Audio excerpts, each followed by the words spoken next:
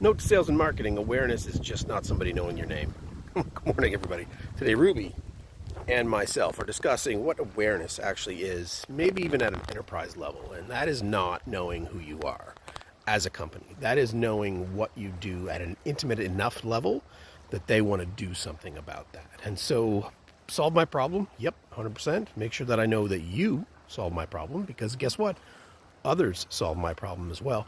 It's not about that. It's really understanding the implications of how does that impact what we're putting in front of our clients. So yes, in a general broad-based brushstroke sense, we got to get our logo out there. We got to get our name out there. Of course, that's just a good idea. However, that's just solving the first hurdle of many hurdles.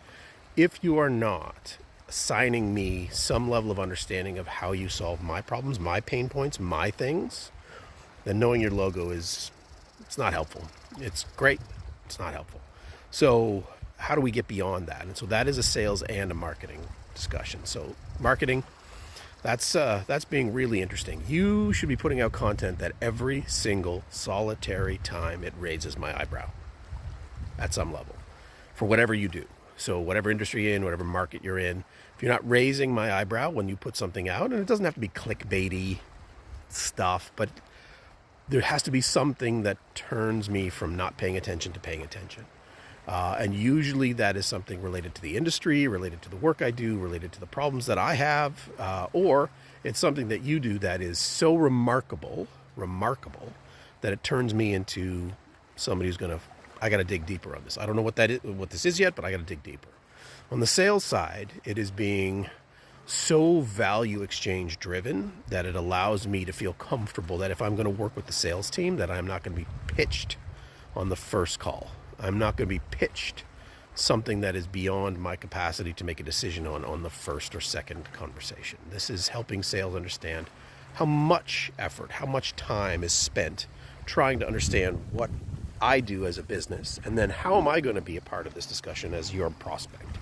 What am I going to do? What am I going to be a part of as part of that? And is it going to be pitch, you, or is it going to be, hey, let's get consultative here. Let's really understand what's going on. Let's maybe challenge my thinking for some things. I'm okay with that. Challenge my thinking.